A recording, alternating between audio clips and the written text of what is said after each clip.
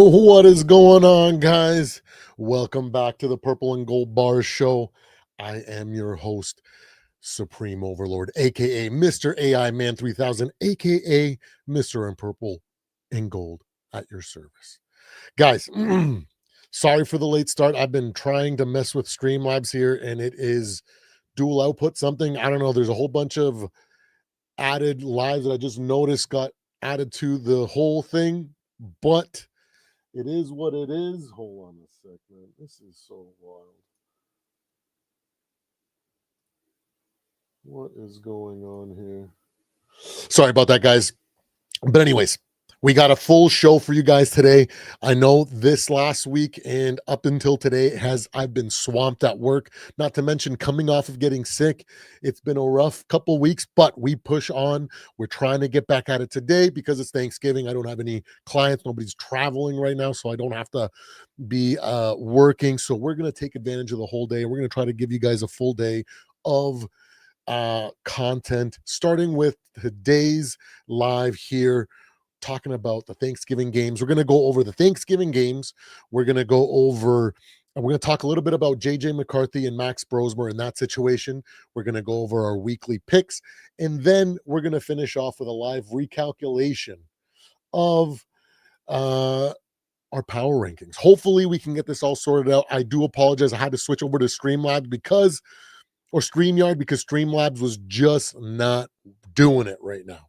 So hopefully you guys stick around here. We're going to get through this first segment we're going to call, where we're going to talk about the 3 Thanksgiving games, give a quick prediction before they start here, and then we'll move through it all. But before we do that, ladies and gentlemen, let's get the intro started.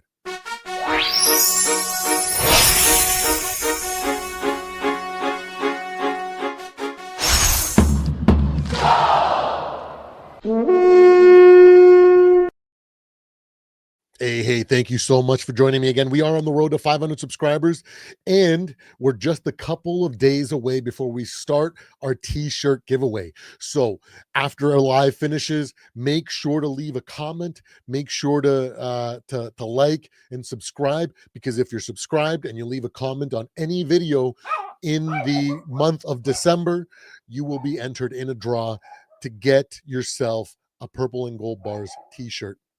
Sorry about that. My little man gets a little crazy when somebody opens the door or he thinks there's a threat. So let's get into it, guys. We have to get right into it. So let's start with these 3 Thanksgiving Day games. I got a couple of notes here. Let me get them up here. There we go. Let's start with the Lions versus the Packers. This is a little bit of an interesting game. You got 2 flawed teams in the NFC North. Actually, the entire NFC North is a bit flawed in different ways, completely different ways than everybody else, which is kind of refreshing, kind of interesting, kind of fun when it comes to the narratives and whatnot. So it is going to be a fun game today. We got a Packers team where the offense is a little bit muted ever since the loss of Tucker Kraft. Oh my God, I have so much stuff. Anyways, either way, even their superstar tight end, ever since he went out with an ACL injury, the team has a little bit lost a little bit on offense. We've seen them struggle quite a bit, and we've also seen them put some things together here and there. So, and then they got their defense, which has been really bad at times as well as really good at times. So it's a little bit of a mixed bag of what you could potentially get from the Green Bay Packers. On the opposite side, the Detroit Lions are looking very much like the same team. They have some great things going for them, but they also have a bunch of injuries, and their offense has been a little bit muted here at times. They've been discombobulated. 1 week they're hailing Dan Campbell as the future greatest play caller in the league, and then a week later they're acting like, hey, what are we doing here? We need to get somebody who actually knows. So it's a bit of a weird situation there for the Detroit Lions. Their offense has been up and down this year, even though they are known to be a bit of a juggernaut, right? So it is what it is, and that's just what happens when adversity hits good teams. Things just don't always go to plan. On top of that, we're looking at their defense, which normally is pretty decent, but has been just stacked with injuries. At one point, they had basically everybody in their secondary was a backup or a third string player or even a practice squad guy that was brought up. So it's been a bit of a roller coaster ride for these Detroit Lions. So today's going to be a big battle in the NFC North. It's going to be at Soldier Field. I think this is a little bit of a coin flip. I know some people are saying whoever wins this game is going to be the team that takes over and wins the NFC North.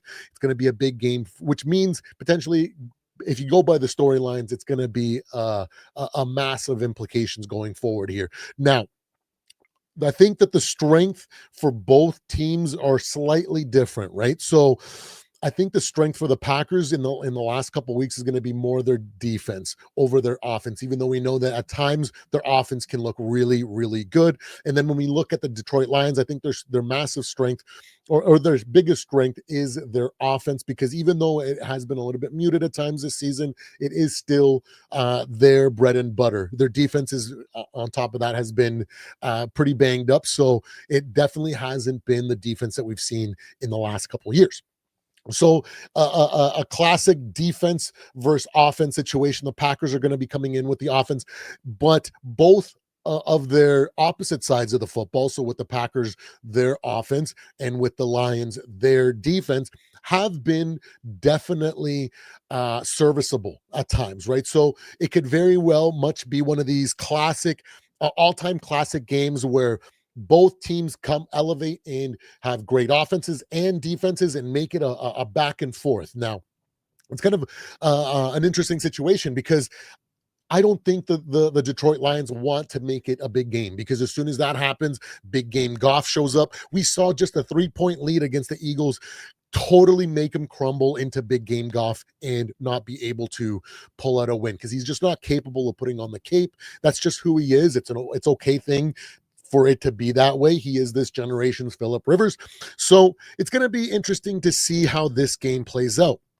Now, I think that as a result of that, I don't know if we're going to get the total ceiling on this, where both teams are just going to come out and look like world beaters, and it's just going to be a shootout back and forth, and whoever kind of comes out on top at the end, it takes over.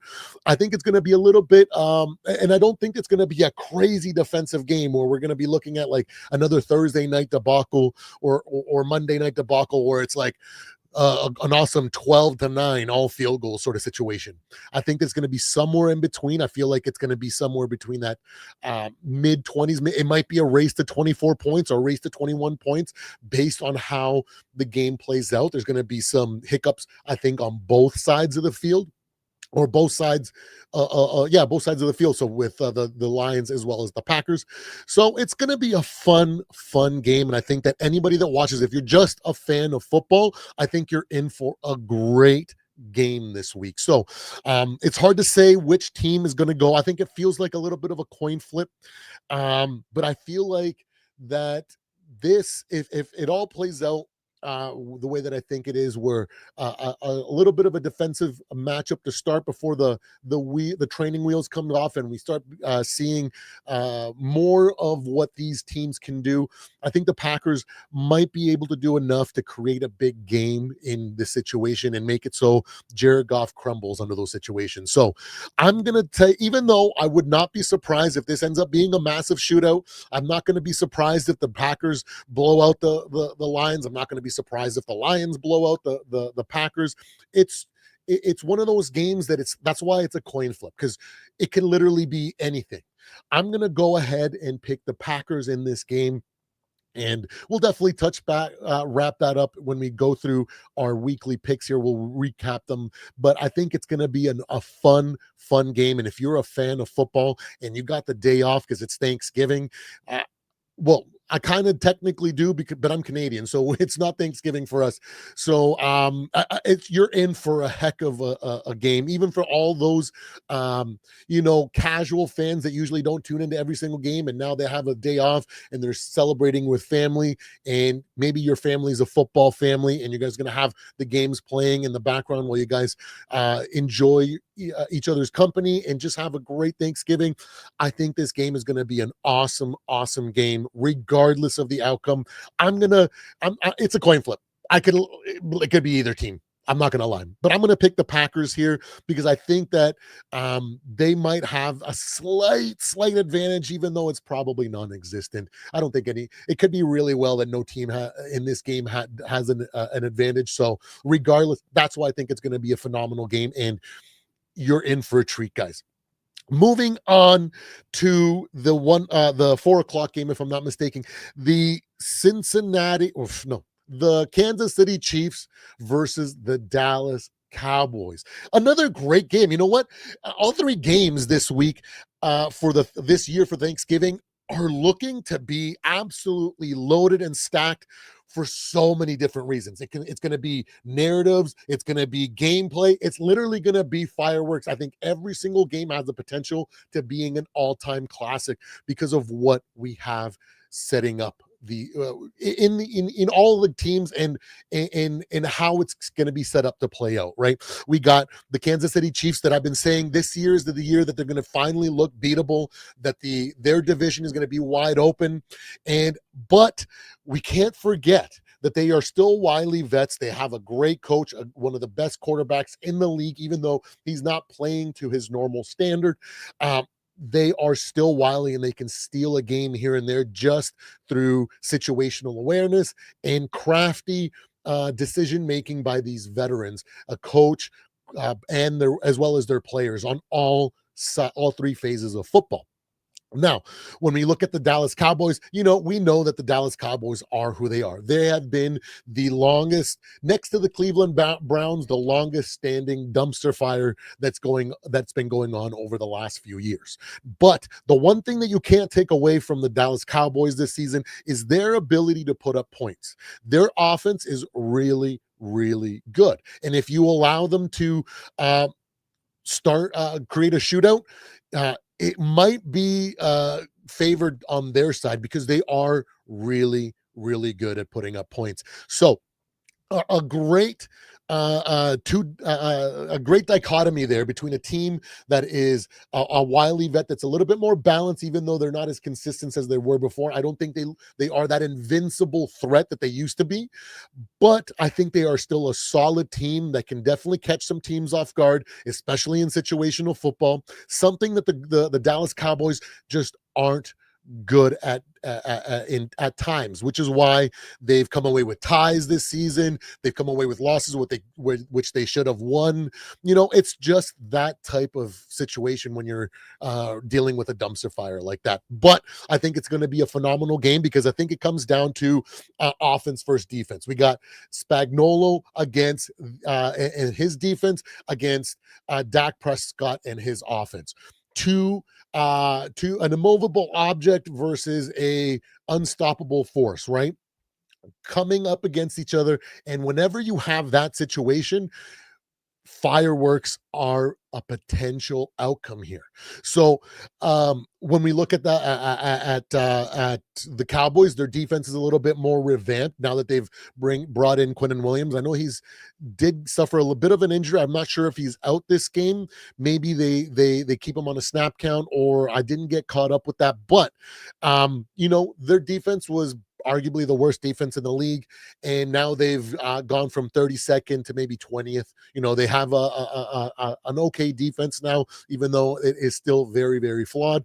Can that defense be enough to put it on Patrick Mahomes in that offense? Because Patrick Mahomes in their offense has definitely struggled against good defenses. So what do we expect? Do we expect the what's more likely?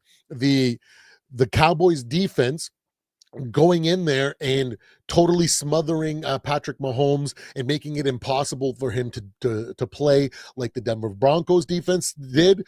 Or are we thinking, or is the Kansas City defense going to be able to keep Dak Prescott in check? Another game that could be fully fireworks. It might be an absolute shootout.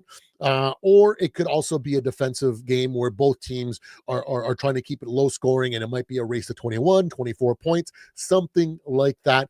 Either way, another potential banger of a game. We got a great franchise with awesome superstars on there in the Kansas City Chiefs, and then you got a team that doesn't like to lay down and always wants to try to find ways to win, even if that affects their draft standing. It doesn't really matter because they traded away most of their draft capital anyways. They're good ones at least. So it's an interesting situation to be in, right? It's going to be a fantastic game. I'm going to go ahead and lean towards good old Steve Spagnuolo. He is wily, he is crafty, and that defense has definitely come alive in the last couple of weeks, trying to prove that they are not the scrubs that a lot of people have been trying to claim they are. I definitely don't think they are. I think they're a good team. They're just not the invincible juggernaut that we're used to seeing. So I'm going to go ahead and hedge my bets on the defense, making it so that they can control and keep Dak Prescott in check.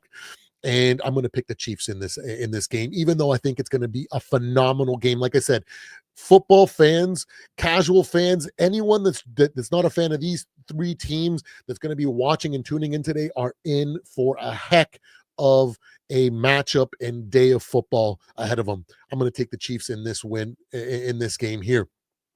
Next, we got the Ravens or the Bengals traveling to Baltimore. So we got the Bengals versus the Ravens. Lamar Jackson versus Joe Burrow. Joe Burrow is coming off of IR and coming back from his turf toe injury.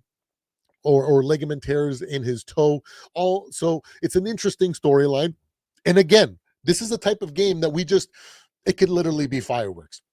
We could see Joe Burrow go out there and look like he doesn't have an ounce of rust on him and go back to what he does, just throwing a ton of yards and a ton of touchdowns and making it difficult for Lamar Jackson and their offense to kind of keep up with them, even though Lamar Jackson and company can definitely put up a lot of points as well. Now, this is definitely a game that Lamar has to be superstar, so he's going to have to put it all on the line and risk injury, unlike he hasn't had to in past weeks, because it's starting to get to that time where they need to lock in and basically play and use all their strength and everything in order to complete a postseason run here. So it's an interesting game. I don't think that either defense is arguably great. I think that the Baltimore Ravens defense, although they struggled a lot, is slightly better than the Bengals defense. I know the Bengals defense is without Trey Hendrickson, and overall they're not a good defense either. But they can make some things happen in a couple moments here. You might be surprised, but they're just not the defense. They can definitely hold out for an entire game and just be the defensive presence that they need to be in order to keep Lamar Jackson in check. I think it's definitely going to be coming down to a bit of a shootout. Even though I just don't think this is going to turn into a defensive output here. I think it's going to be a high-scoring game for one team or another. There's definitely blowout potential for both sides. We could see Joe Burrow, like I said, go out there and just light them up and get it to the point where they turn the Ravens into a one-dimensional football team and having to put up points and air the ball out, which might lead to the advantage for the Cincinnati Bengals, because we know that the accuracy isn't what one of Lamar's strengths, and his offensive coordinator does a fantastic job of calling plays specific to his strengths and avoiding his weaknesses. But in this situation, it might just be one of the things where we got to throw the kitchen sink out of the window there and just go for broke, because that's what they're going to have to do in order to win. It's going to be an incredible, fun matchup. And man, this is one of two potential upsets that I wanted to pick this week. And I really want to believe in Joe Burrow, but what's more likely? Joe Burrow coming out and looking like the world beater, like he doesn't have any rust and that he's completely in sync with his team and his offense, or he comes out looking really good but is a little bit rusty, and as a result he's just not able to make the big play or come away with enough points in order to beat this Baltimore Ravens team.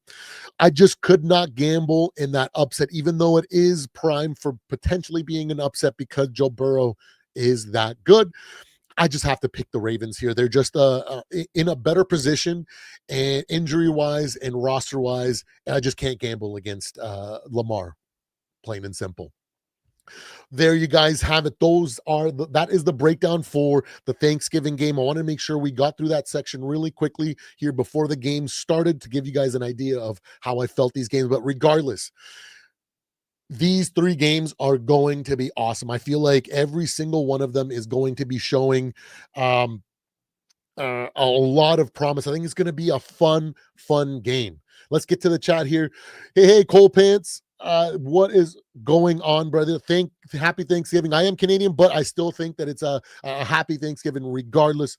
Mr. Eric, New Mexico in the house, Raquel in Florinda. T-Bass in the house. Packers, he makes a good point here. Packers can get healthy in offense and make the playoffs. They're going to be a very dangerous team with that defense potentially. They have to lock in. They have to figure it out. Every single team is facing adversity this year. No real front runners, which is an exciting prospect. If you're just a total NFL fan and you don't have, maybe your team is just one of the bottom dwellers and you just have transitioned into just being a football fan while your team gets it together.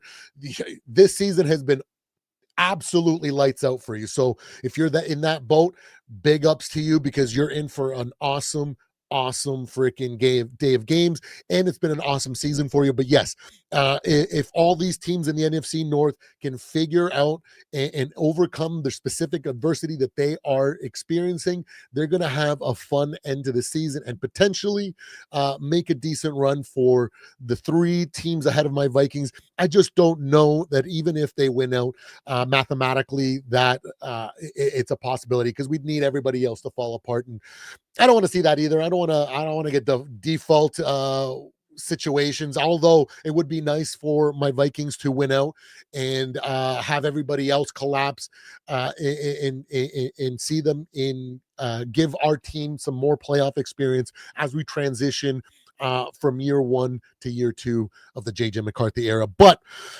regardless, I am very happy with my Vikings, and we're definitely going to talk about it here in the next segment where we are transitioning, ladies and gentlemen, from the Thanksgiving games into the next segment here, moving on to, let's talk about our dynamic duo, okay? We got JJ McCarthy, our future franchise quarterback, and Max Brosmer, our future franchise backup quarterback. Let's call him that, okay? This is an interesting situation because for me, I've tried, okay? I have definitely tried to find out if there is a one-to-one comparison for the rising of dynasties, the rising of teams that made playoff runs and won the Super Bowl. I've tried to find situations that match up, and when you look and you compare, there is no team that's exactly alike to each other, which leans to the fundamental truth that there is no team that experiences the same situation, and it is just part of the process. Every single team needs to go through their own unique adversity based on the situations that have come before. I've definitely looked into it. I've seen teams that have definitely injuries have been the adversity, and they'd had to overcome and trade for players at the deadline in order to solidify some semblance of a team before they go on and make a run and end up becoming Super Bowl champions. I've also seen teams where their unique path has been adversity on a whole nother level, where it's maybe outside scrutiny, maybe it's players and their off the field situations that have created a negative cloud over the team during a season, and they've had to overcome and play through that and get to a point where they're able to overcome and make a solid playoff run, like the Baltimore Ravens, for example, with the Ray Lewis situation, and having to overcome just having a basic journeyman quarterback in Trent Dilfer, the only quarterback to ever win a Super Bowl and then get released the following year. So there is no one-to-one. And then we got situations like Tom Brady and the GOAT, where we have an injury that happens to their starter that literally just got signed to be their future franchise guy in Drew Bledsoe, and then having a Mr. Irrelevant last pick of the draft, or a seventh round pick or whatever it was, turn into the greatest player of all time. We've seen every bit of gambit when it comes to what teams need to do in order to become the team that they are destined to become. Now, our team is in a completely unique situation.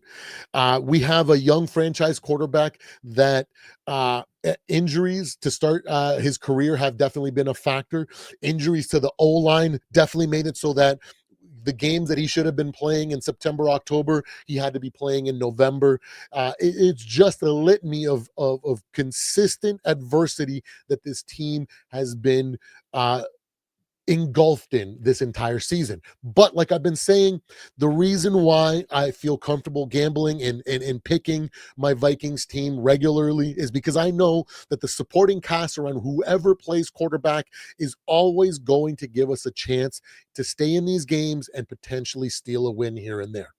That is something that we learned based off every bit of experience and adversity that we faced last year. There were games where we started off bad and shot ourselves in the foot and made it look like we were going to be that it was a lost cause, and then all of a sudden we pulled it out the fire. There were games where we started off strong, came up with multiple turnovers, and came up with massive leads, and almost squandered those away.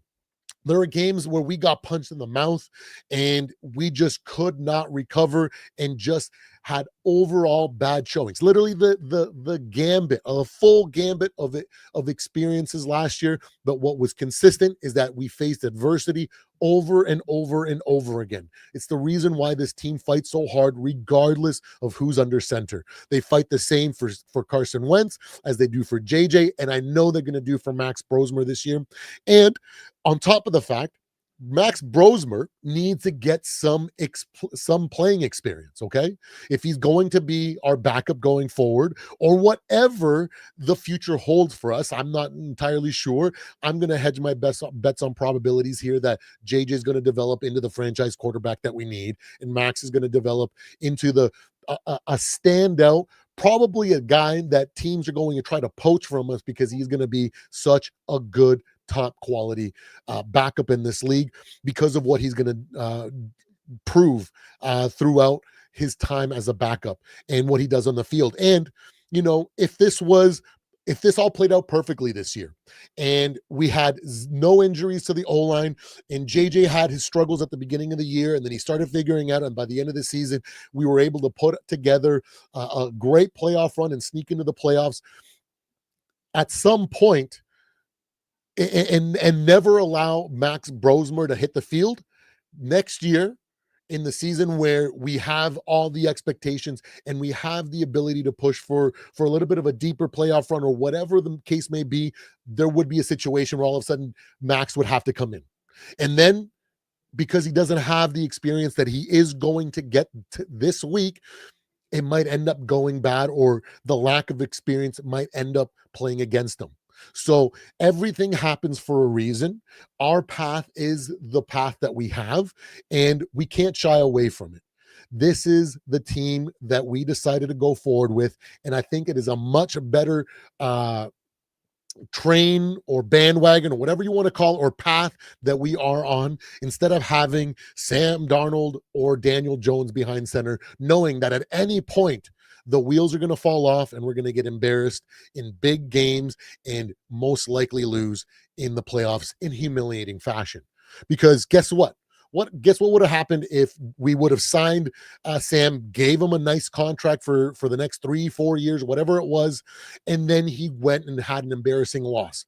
Everybody would be saying, oh, the Vikings made a bad decision. They should have just rolled with their young rookie quarterback back and dealt with the lumps and the growing pains so that he can develop into the guy that he is supposed to become. You can't win when you look at it objectively. So I would much rather not have to go through the heartbreak that the Seattle Seahawks and the Indianapolis Colts are going to go through this year when they realize that their quarterback is definitely still working on things in the postseason that they have to overcome in order to be winners there. I think, like I've been saying all year, Sam Darnold is a good quarterback. I really like him. He is one of my favorite quarterbacks, but I know what he is, and he is not at that level to produce at a high level in big games in the postseason. He's going to be the reason in which we lose games if we still had him. Same with Daniel Jones. The Steelers put it on him, made it so that he had to put the cape on, and what happened? A ton of turnovers and baffling losses this season against the Jags, if I'm not mistaken, and then against the Steelers so far, right? So it's a weird situation to be in, and it's going to suck for them when they get to these big games in the playoffs and everything falls out from underneath them, and they realize that they're kind of stuck and have to move forward and deal with it. All these growing pains. Maybe their franchise, maybe their organization can't handle a humiliating loss in the playoffs. I know our fan base can't handle it. Maybe theirs can, and all the power to them. I hope the best for them. I don't want anything bad to happen to them. I would like for them to just all of a sudden miraculously let go of all the things that has been plaguing them, and all of a sudden become a playoff threat. I just don't see that growth and that potential until I see some of that growth in these big games. And we've already seen the Seattle Seahawks be put into big games, and already Sam starting to struggle and show that he is still a work in progress when it comes to the playoffs. So when just to wrap up, I'm excited to see Max Brosmer have his time in the light and get some experience, because he needs to get that experience. The preseason isn't enough for a backup quarterback to see what it's like to go into real meaningful football and be prepared. This week, I don't know how it's going to go. I think it might be similar to JJ. He's an undrafted rookie. There's going to be growing pains. He's got a great arm. He's got the potential to do a lot of great things, and he's had all the time this season in order to prepare and get himself up to that standard. Now, is it going to be an incredible showing where he looks like, oh my goodness, are we going to get Mike White 2.0, where he comes out the first two games of his career just passing for 300 plus yards, multiple touchdowns, and looking like a future franchise quarterback? I don't know. Is he going to come out looking like a rookie and struggling and looking lost at times? Maybe so. It's there's no telling as of right now, but what I am happy to see is that he's going to get onto the field, playing with the ones, playing in meaningful football, so that he can get that experience, because sooner or later he is going to be put in that situation, whether that's next year, the year after, when JJ goes down and has to play the second half of the season, or the second half of a game. Something is going to happen where he is going to be called upon, and it's better that he gets some experience now, and instead of then when we actually are going to have to depend on him. So I'm extremely happy with him starting and getting there. I'm not happy with the overall path that we're on, because I foresaw more of a traditional path where we weren't going to have a bunch of injuries, and we were just going to have to grow through the development together and see week to week growth. It's not always going to go as planned. It's not always going to be a fairy tale. It's not always going to be like it looks in documentaries when teams start this process. Some teams have to go through the fire in order to be forged in it. Okay. And that's just the Minnesota Vikings. That's how it's going to go for JJ. That's how it's going to go for Max. That's going to be how this team becomes a team that can contend in the playoffs, and then eventually contend for Super Bowls. And if we don't have this foundation set when the playoffs come, that's when we're going to see us crumble or fall apart and have to learn those lessons then. I'd rather us learn these lessons now than have to deal with it in the future. And that's what I think in regards to this dynamic duo that we have in Minnesota. I think they're going to be a great Batman and Robin. I don't know who's going to be emerge as Batman, who's going to emerge as Robin, but we have two young quarterbacks that have a lot of football life left in them and a lot of potential, and the sky's the limit. It is what it is. It's the path that we're on, and it's adversity that we've learned through last year and this year to face, and we're going to continue to do so. And that's why I'm excited for this Minnesota Vikings team, and that's why I'm extremely optimistic and know that this is just the way it goes. Okay, let's move on to weekly picks, ladies and gentlemen. We need to move on to what is going on, Chris. What is going on, Lefty? Moving on to the next segment in today's show, we got our weekly picks. I've already given you our picks, but we'll recap here for Thanksgiving Thursday. I got the Packers over the Lions in a coin flip. It literally could go anyway. Let's be real. I would not be surprised if either team blew out the other team. I would not be surprised if this was a shootout. I don't think it's going to be a defensive output where we got a 12 to 9 or some craziness. I think it's going to be a little bit in the middle. It could be somewhere, both teams scoring in the 20s, and whoever comes out on top at the end, it is what it is. I'm going to take the coin flip and guess that it's going to be the Packers. Moving on to the Cowboys and Chiefs, another game that's a little bit, maybe not so much a coin flip, but I think it's going to be a little bit easier to pick. I think, like I said earlier, I'm going to bank on Spagnuolo, good old Spags, and his defensive prowess, having that defense be able to keep the Cowboys offense in check. I don't think the Cowboys are a good enough team to create this team to become this game to be a shootout. My little husky puppy is going crazy because it's time to go out. Anyways, either way, I'm going to go ahead and lock in the Chiefs in this game. I think that I'm going to bank on Spags and his defense, and then the Chiefs offense being able to do more than enough to steal this win here. Moving on to the Ravens and Bengals. Like I said, this is going to be a fun game here. We got the return of Joe Burrow. I know they don't have T. Higgins in the lineup today. He's going to be missing it. So not having his two dynamic wide receivers is going to be a little bit of a factor there for him. Like I said, what's more likely that we see a Joe Burrow show up and look like he doesn't have an ounce of rust and he's 1,000% on page with his offense, or he just looks like a pretty good Joe Burrow and he struggles at times, but is able to put a good amount of points on the board.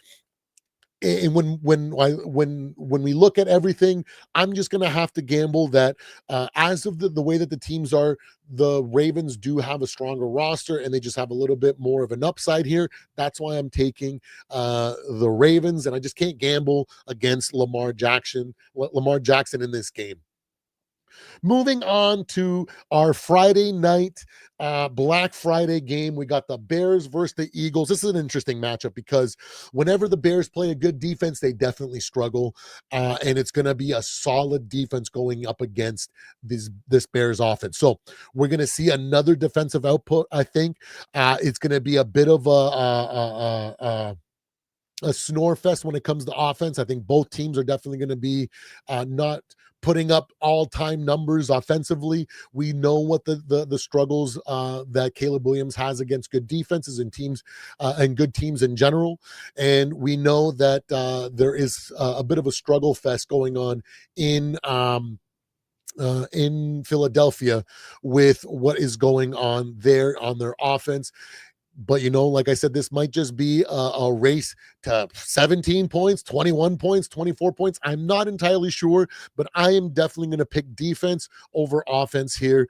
I'm just going to bank on the Philadelphia Eagles really doing more than enough to keep Caleb in check in that offense, and then the Eagles just being able to do just enough like they have in a whole bunch of games this season. They're going to beat them with experience. That's why I'm going to pick the Eagles over the Bears. Moving on to Sunday games, we got the Jaguars versus the Titans. The Titans, man, they definitely were able to put up a bunch of points last week, and it was a little bit of a scare where I thought, I was like, oh my goodness, I'm going to get that one wrong too. Oh, it was a little bit rough, but we still ended up getting 9 picks right last week and tying old Q-Dog at the Real 2 Sports podcast for a joint victory last week.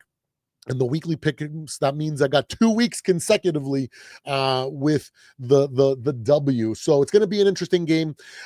Jacksonville, I think, is, even though they have struggled at times, they are in that rebuild kind of stage, or kind of not rebuild, retooling, or new coach philosophy, kind of adapting that. That's why sometimes they are banging all cylinders, and sometimes they kind of revert to old muscle memory. They're dealing with injuries.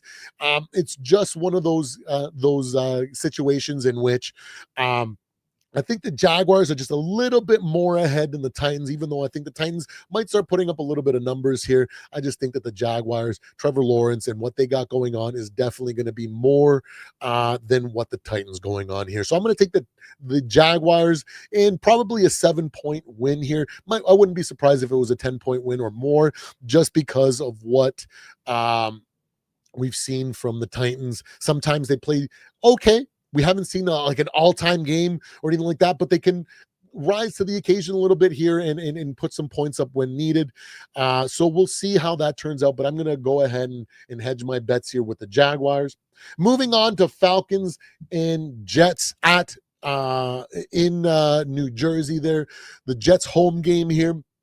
A little bit of an interesting situation. We got an Atlanta Falcons team that is very much like ours, in a different situation where they're not exactly, they're definitely on a roller coaster. They're not exactly what we're going through, totally different adversity, but they are a Dr. Jekyll and Mr. Hyde team. They've gone ahead and gone and handed out some surprising wins this season, and then some handed out some losses in some surprising wins this season, but also have looked incredibly bad at the same time. So which team we're going to get is unknown.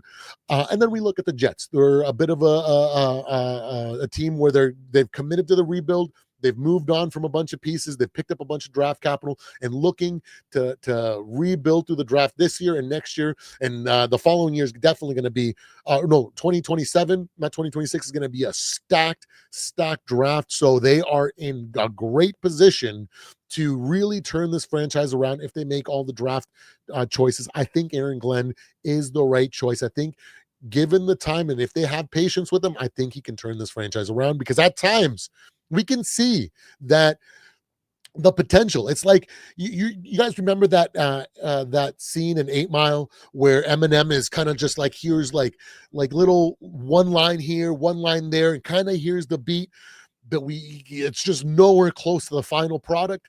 I think we're there with the New Jersey Jets. The New York Jets. The New Jersey Jets is basically the same thing. But anyways, and you can only just hear a couple of the notes, and we can see a couple of it. It's like a distant mirage in the future. But when you do see those kind of moments, that singular jigsaw puzzle kind of in place, it kind of gives you some hope, because maybe if they get that quarterback draft right in the next couple of years and they build a solid team around there, that's going to be potentially a fun team going forward in the next 2 to 3 years. So, but that is definitely nowhere near enough for me to gamble against Tyler Algier and Bijan Robinson. That running back duo is definitely going to run some numbers here and keep it so that the Falcons stay on control. So I'm going to go ahead and pick the Falcons over the Jets. Moving on to Rams versus Panthers. The Panthers are a bit of a surprise team this season, and good for them. Hey, it looks really, really good to see sometimes a little bit of hope for a struggling team. And, the Bryce Young rebuild is starting to take form. We saw his career game a couple weeks back, throwing for over 400 yards and a bunch of touchdowns, and making us remember why he was taken first overall and the potential and the ceiling that this kid has. Now, they're still a long ways away from becoming a very consistent team where they can become a playoff team and then progress further. But I like what I'm seeing from the Carolina Panthers. But unfortunately, it's just not enough to overcome Sean McVay, a Matthew Stafford that's having probably the best season of his career when it all ends. He might even win the MVP here, the way that it's going here. Let's be real. It's going to be a fun game. I think the Panthers are going to give them a run for their money. I think they're going to put up a good amount of points, but I feel like Sean McVay and his tricky play calling and his ability to play situational football and adjust on the fly is just going to be the deciding factor here. I can see him going into the jumbo package, the triple tight end situation. I can see him switching back to the Puka Nakua, Cooper Cup offense. His ability transition is just going to be too much for what these Carolina Panthers have to offer. So I'm going to take the Rams in a pretty decent win here. I'm going to say 7 points. Let's freaking fracking go. And so moving on to Cardinals, Buccaneers. Good Lord. Let me get a hold of this chat. Sorry, guys. There we go. Anyway, so there we go. So now moving on from to Saints, Dolphins. Yeah, because Rams, Panthers, now Saints, Dolphins. Now, two teams that are, struggling to get out of the basement. They've shown some good things, some upside. But they've also put a lot of inconsistency on film. Two inconsistent teams going at each other is going to be potentially a really fun game, and it could also be potentially a really, really ugly game. Now, the one thing that I will say that the Dolphins has definitely showed a little bit more potential and more consistency when it comes to their run game or through to their offense. So with that being said, I'm going to just have to gamble here and pick the Dolphins over the Saints, even though it could very much well be a situation where it just becomes a really competitive game and the Saints come away with it. I'm excited to see this game and see what these two franchises look like when they're facing an evenly matched organization. That's when we might see some potential, some of that future ceiling start to show, especially going forward. So I'm going to take the Dolphins in a 3-point game. Let's give them a 3-point game. Moving on to Cardinals versus Buccaneers. We got the Buccaneers at home against the Cardinals. Now, the Cardinals definitely show a little bit more life now that they're playing behind Jacoby Brissett. He gives them a veteran presence and an ability to stay more consistent and looking at making the plays that they need in order to try to win the game, unlike Kyler, where he's always looking to be the reason that they win the game. And we know that the Kyler Murray experience is most likely over after this season. They're probably going to move on from him and look to either bring in one of these potential guys like maybe a Mac Jones or someone that's looking like they're resurging, a reclamation project, if you will. So it's going to be interesting to see what happens to the Cardinals going forward as they commit to another rebuild or at the very least a retooling. But the Buccaneers, although they've struggled over the last few games, I still think that they're a really good team. Their defense is still pretty good. The chips haven't fallen the way that they could have for them.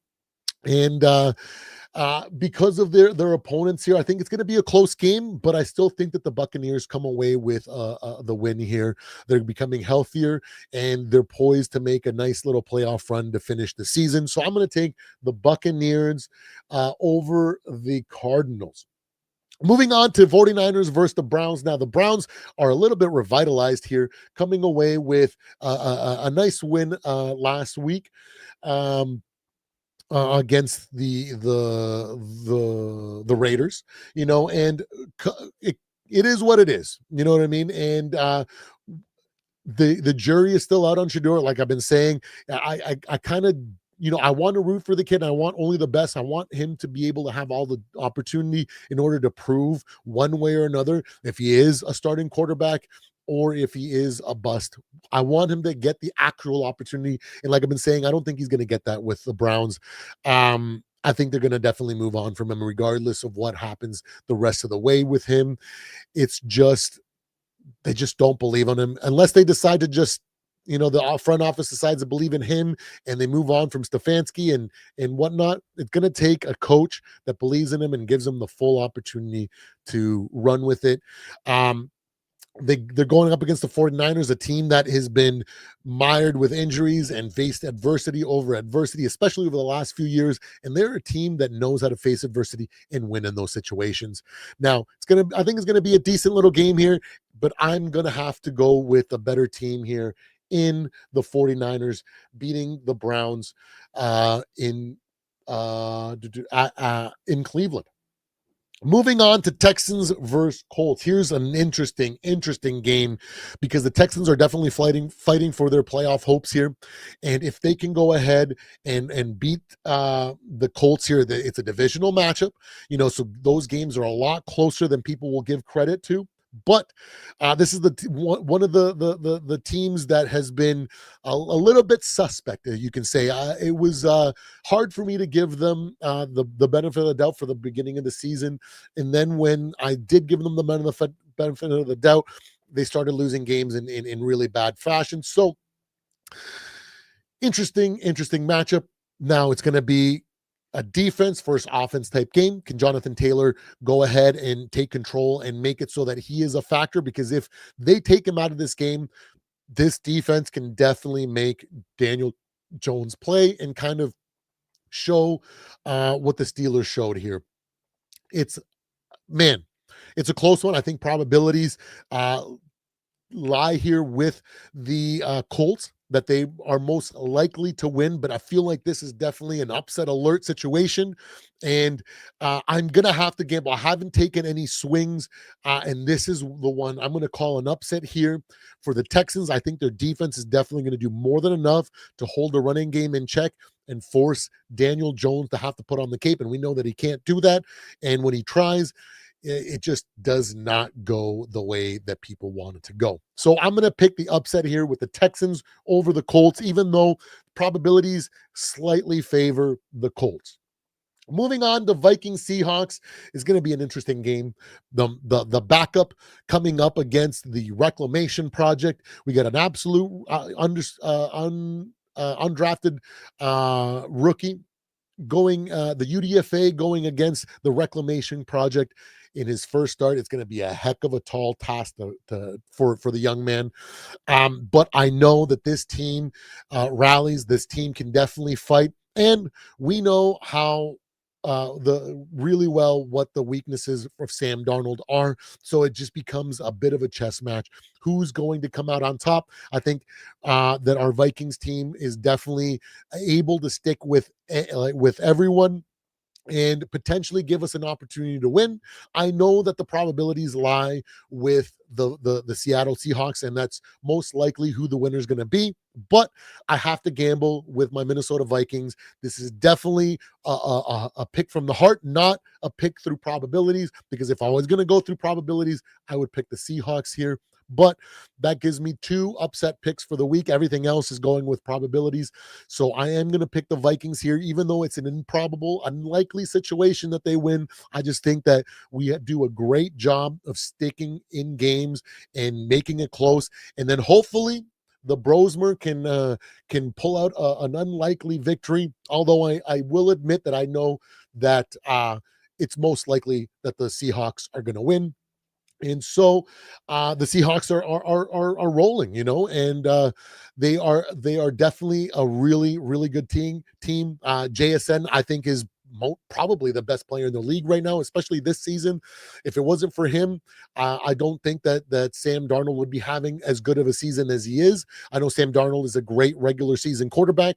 Now, can we make this game a playoff-like game, a big game for Sam, so that he starts seeing ghosts and start getting in his head like he did in previous weeks here, like against the Rams, where he threw a bunch of interceptions? It's up in the air. Most likely not. I think that he does a really good job, and they probably come away with the win here. But I am going to gamble and pick the Vikings over the Seahawks.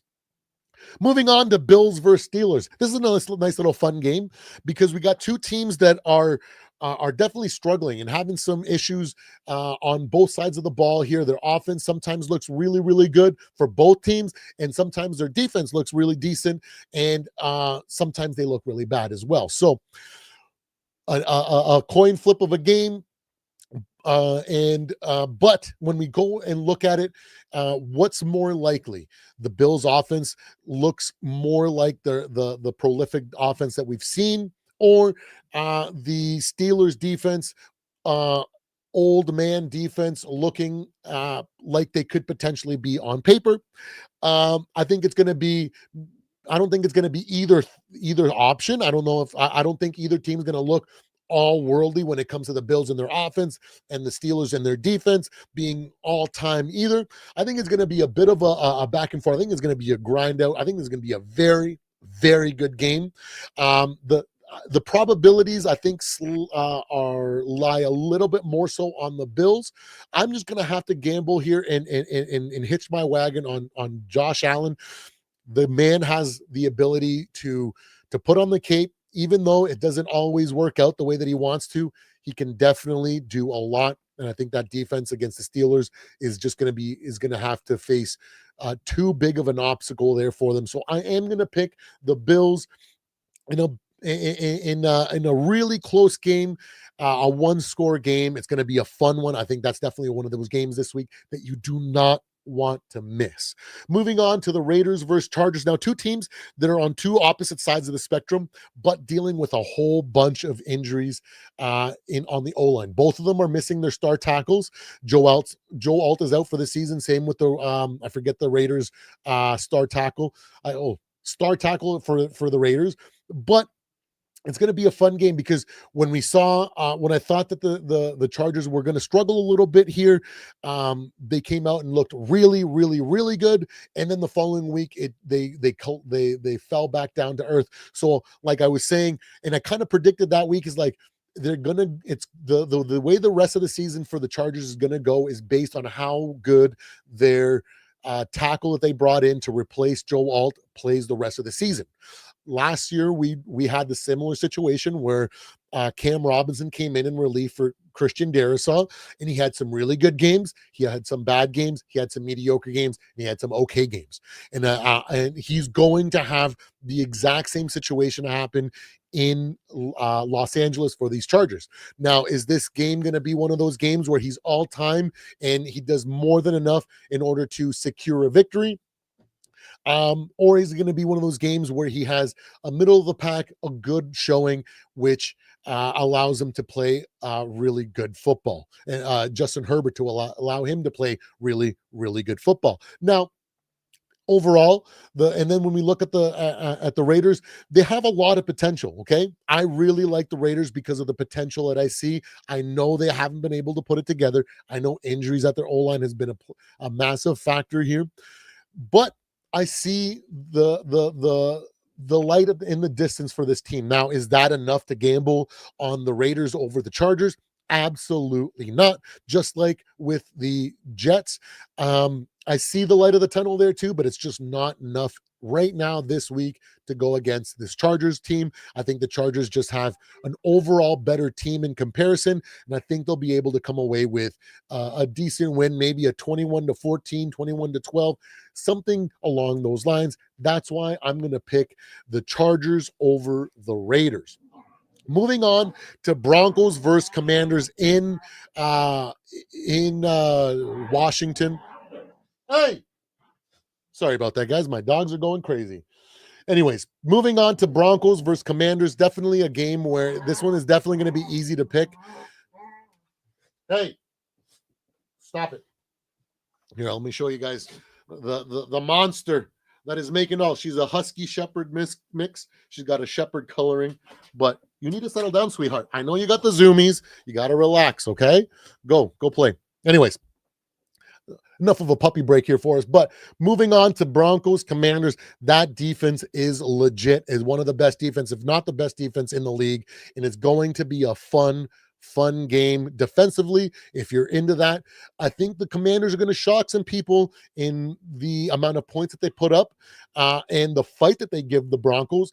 But I still think the Broncos are going to be able to do more than enough to win this game. That's why I'm going to take the Broncos in a 10-point game. Let's give them a 10-point game, maybe 31-21, something like that. We're going to be surprised at what the Commanders can pull off, despite what the injuries and everything that they're dealing with right now.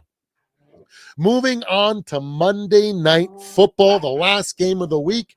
The Giants versus the Patriots. Now, it's no secret that I really like the Giants. I think they're another team just like the Jets, just like the Raiders, that have a ton of potential. They're just a little bit further down the line than the Jets as well as the Raiders. They're starting to build a little bit of consistency, and I think that, like I said in the offseason, I think they needed to move on from Brian Dable and bring somebody else in because that's the thing that they're missing. I think a good coach and leader, a guy that brings in all the right philosophy and structure that they need in order to start putting their potential to good use. Now, they've been the team that I've been using for upsets because they have that potential. That defense is really sneaky. If that interior pass rush and their linebackers tee off, it's going to be a bad day for your offense. They can definitely do that. They've been in games with a lot of teams this season. They just don't have the ability to overcome that adversity like the 49ers do. A few weeks back, I when I broke down 49ers versus Giants, I said this is basically going to be a mirror reflection of each other. Both teams are going to face adversity. They're both are facing injuries and all that jazz. It's just the 49ers are going to beat them with experience here, and because they have the ability to overcome adversity, and they've been showing it game after game this season. Now, the Patriots I think they're just going to be a little bit too much for the Giants this week. This is why I'm not going to gamble with the Giants this week. That's why I am picking the Patriots, and why I think they're going to be the team that's left standing. I think they're going to be able to put up a decent amount of points, and as a result, they're going to come away with something like a 27-17 win, something like that, 27-24 if the Giants make a real good game out of it. But nonetheless, I'm going to pick the Patriots here, and I would not be surprised if the Patriots come away with a blowout here because they are that dynamic on offense. Drake May has arrived. He knows sophomore slump for him. Maybe that comes next year as this tape that he's put out on the season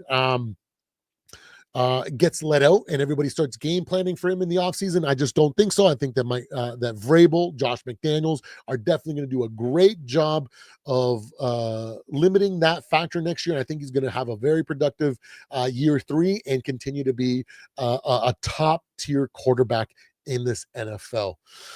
And there you have it, guys. Those are my weekly picks for this week 13.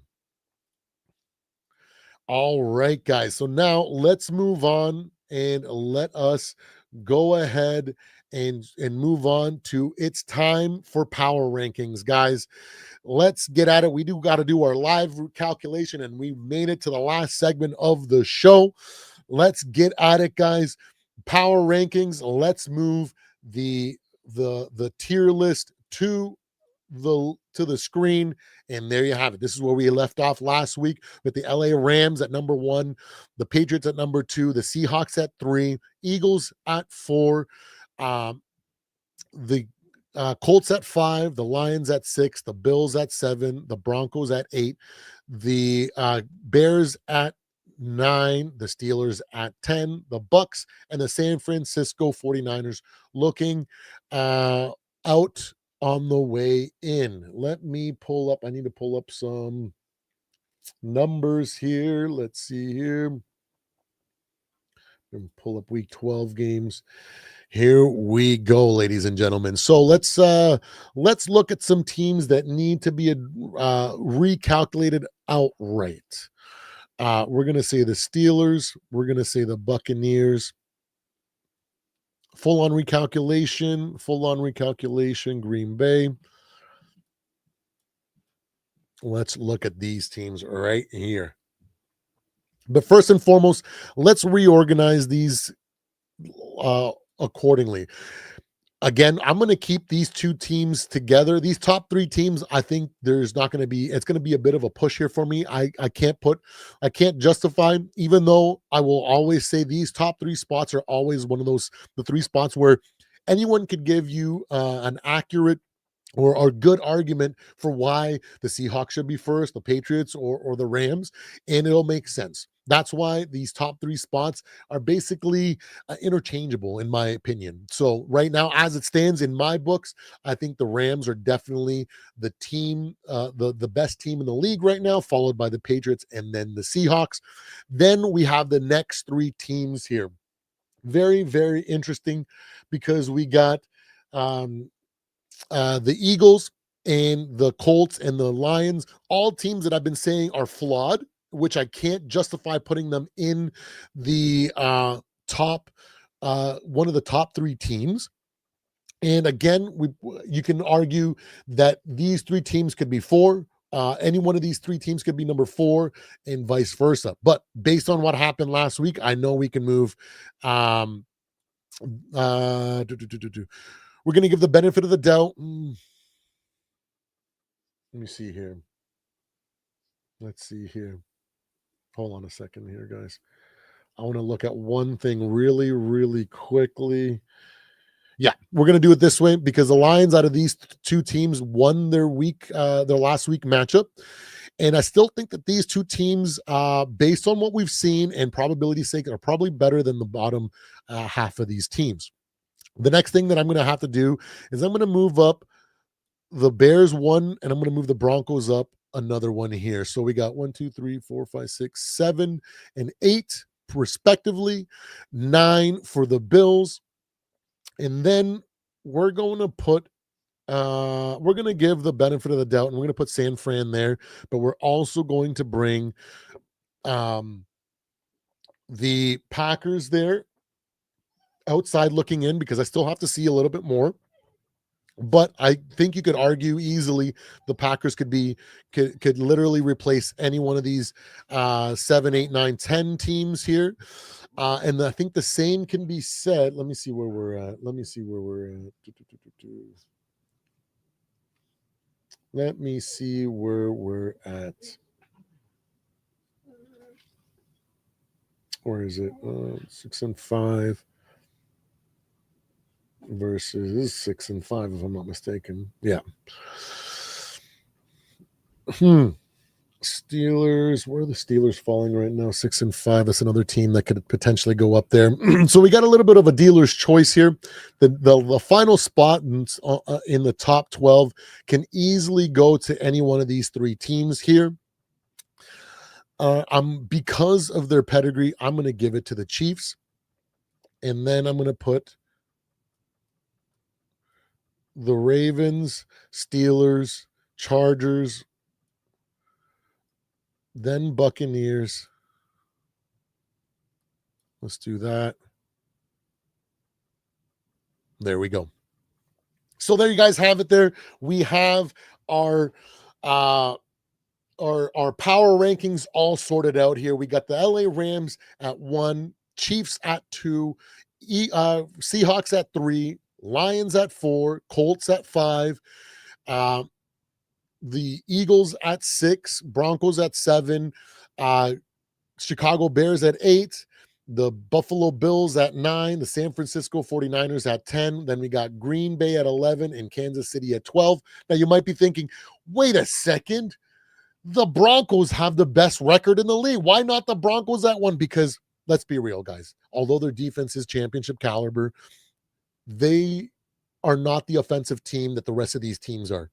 Now, if you put them against one of these high-scoring teams, are you confident that the Broncos can shut that offense down enough for Bo Nix to work through his struggles of the game and come away with a comeback win?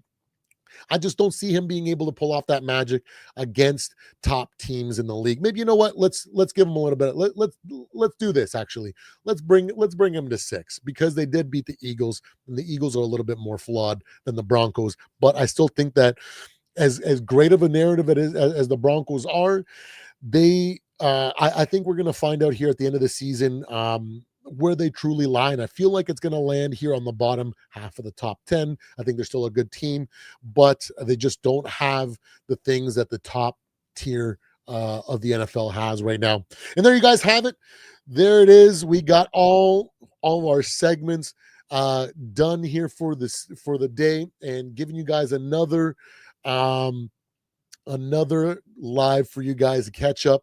And maybe I think we're going to do a play-by-play of one of the three games here. I just don't know which game. I was thinking Lions Packers, but now that we've gone a little bit too deep into it, I don't think we can do that one. It might be the Bengals uh and the Bengals Ravens game, because I really like both quarterbacks, and I think it's going to be a fun game. It's going to be fun to call.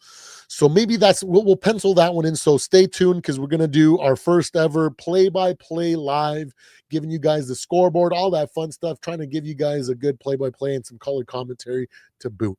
Thank you so much for joining me on today's live on the Purple and Gold Bars Show. I am your host, Supreme Overlord, aka Mr. AI Man 3000, aka